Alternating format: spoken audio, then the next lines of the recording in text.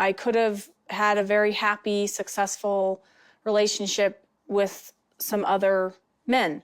It's just the truth. I'm sorry. I hate saying it because it sounds like I'm like bragging or something, but I'm not. I'm sorry that people are so jealous of me, but I can't help it that I'm popular. Little Miss I Don't Talk About Kody's Other Marriages sure does an awful lot of talking about Kody's other marriages. Robyn is embarking on a new era in her life. How does one pull the strings on a bunch of wives who have cut the cord? How does one divert Kody's anger onto wives that are now holding up mirrors? All you're getting from them is a reflection of your own actions over the last decade plus. Being the last wife standing of Kody Brown sounds extremely unappealing, and I fully believe Robyn when she said that this is not the outcome that she wanted. What Robyn envisioned is actually far more sinister than just the ousting of all of Kody's other wives. She wanted to lord over them, manipulate their emotions while depleting their finances. I firmly believe that Robyn is the type of person that can't be happy unless someone else in her orbit is miserable. We have a lot to talk about. Let's get into today's video.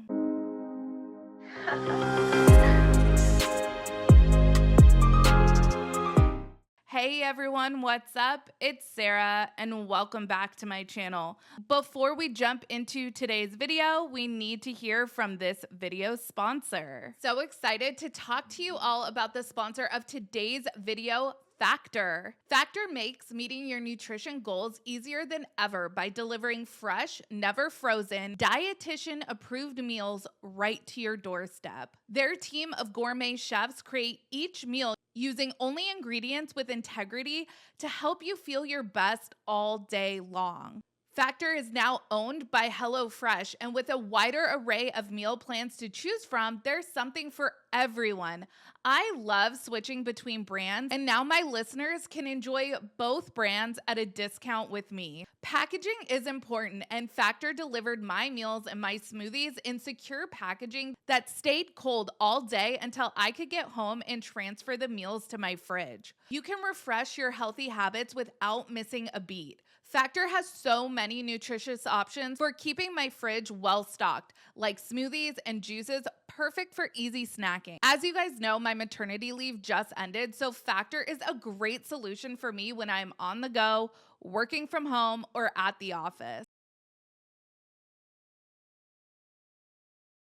Meal plans range from 4 to 18 meals per week, and you can add more or reduce the number depending on your specific needs.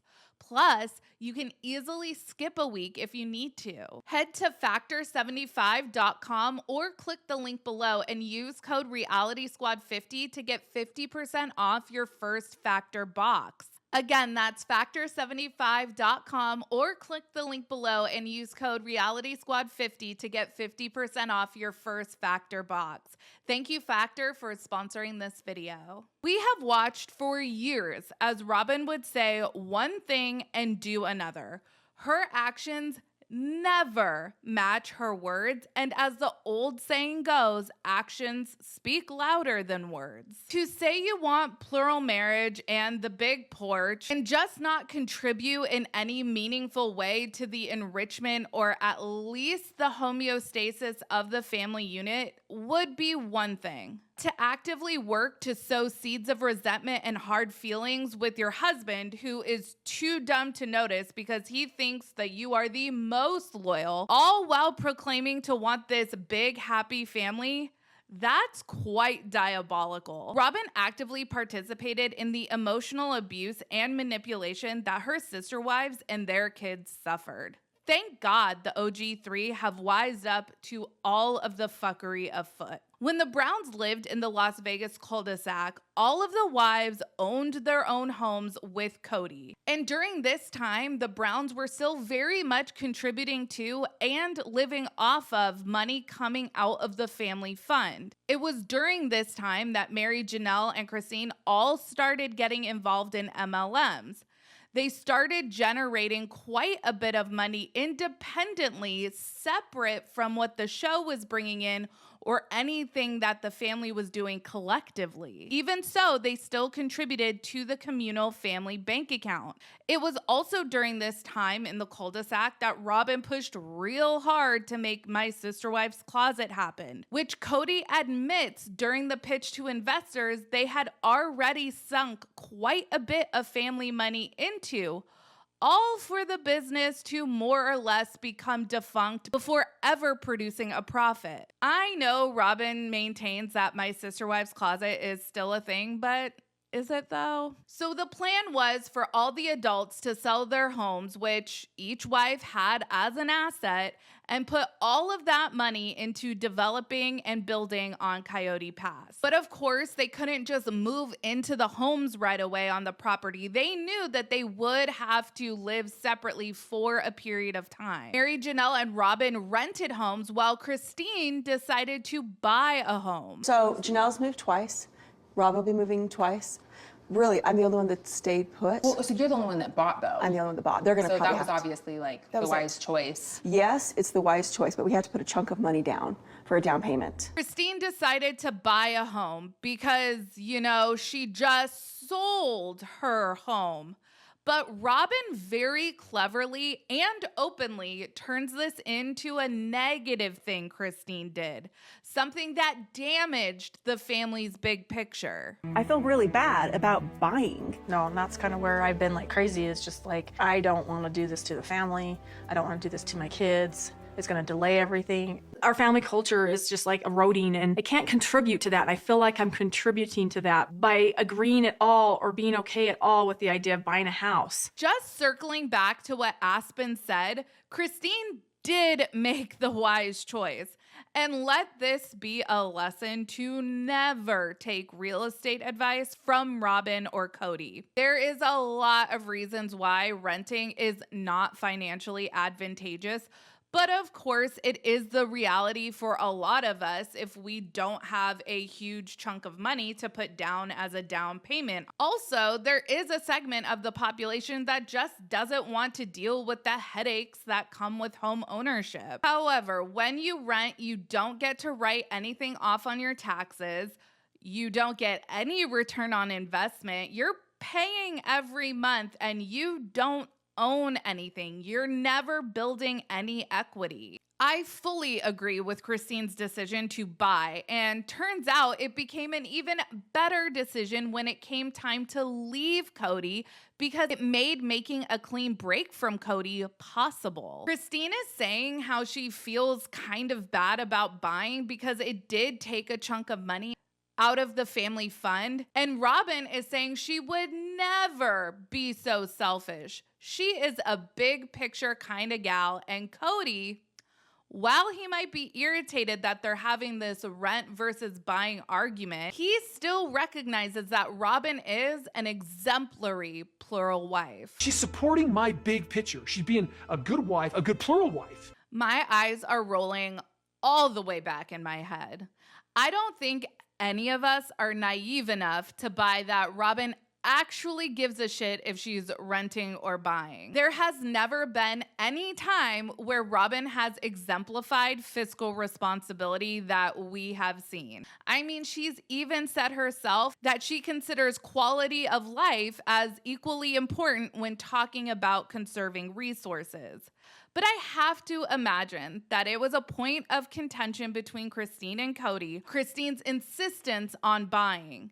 This was a perfect time for Robyn to not necessarily insert herself into their argument, but instead show Kody that she is the dutiful plural wife who supports Kody's big picture, even when she's directly wanting something completely opposite of Kody. Robyn is for real no dummy. This is actually quite brilliant manipulation.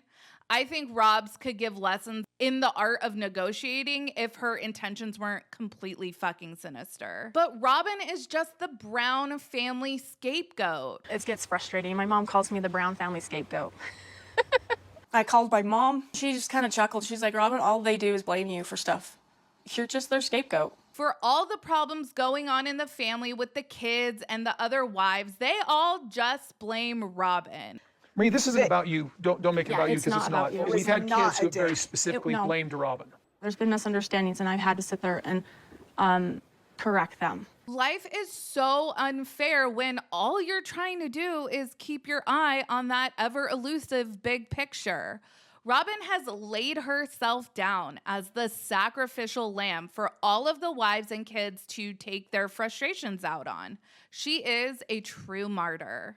And while she's learned to never talk about her sister wives to Kody because, as she says, that serves no purpose other than to sow discontent in their marriage, she sure is a relationship whisperer, according to Kody. I want to talk with Robyn about what's going on at Christine's house because she has a nature of understanding relationships and how to make them work. For being such a people person, do we know if she has any friends? I mean, even the family that we see her hanging around with are technically under her employment. I'm talking about the niece that was their nanny for a period of time.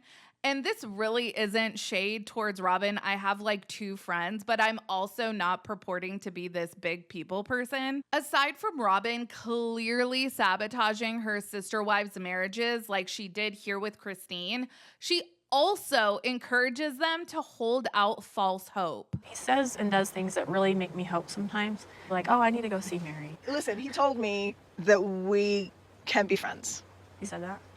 and that's all. Yeah, but that's a door open. She's mourning the relationship that she had, the relationship lost, the marriage that she's lost. But I don't know that it's ever going to be what it was, but it could be something new. Who would do this? I mean, honestly, Mary comes to you stating how Kody has told her that they basically will be friends and that's it. And that's a door open. Maybe your relationship won't be what it was, but it can be something new. What the fuck? Truly, the only logical conclusion to come to is that you see Kody as such a dummy that he's about to run off your biggest money-making wife. So you, as the favorite wife, need to dangle a carrot. Only Robyn can spin the whole "I think we're better off as friends" speech into something aspirational. I've discussed Robyn's manipulative nature before on this channel, but I'm starting to really see the sinister undertones here. I really am starting to believe that Robyn is just not happy unless she's messing with people, specifically her sister wives that she views as beneath her. Robyn is now in quite the conundrum. Does she encourage Kody to take on more sister wives so she has the financial resources and the other relationships to manipulate? But can she risk Kody finding a new favorite wife? Let me know your thoughts down in the comments. Make sure you like this video and subscribe to my channel. Check out my second channel, Sarah Spills. A link for that will be in the description of this video. Follow me on Instagram, Threads, and Twitter at Reality Squad, and I will catch you guys in the next video. Take care. Have a good one. Much love.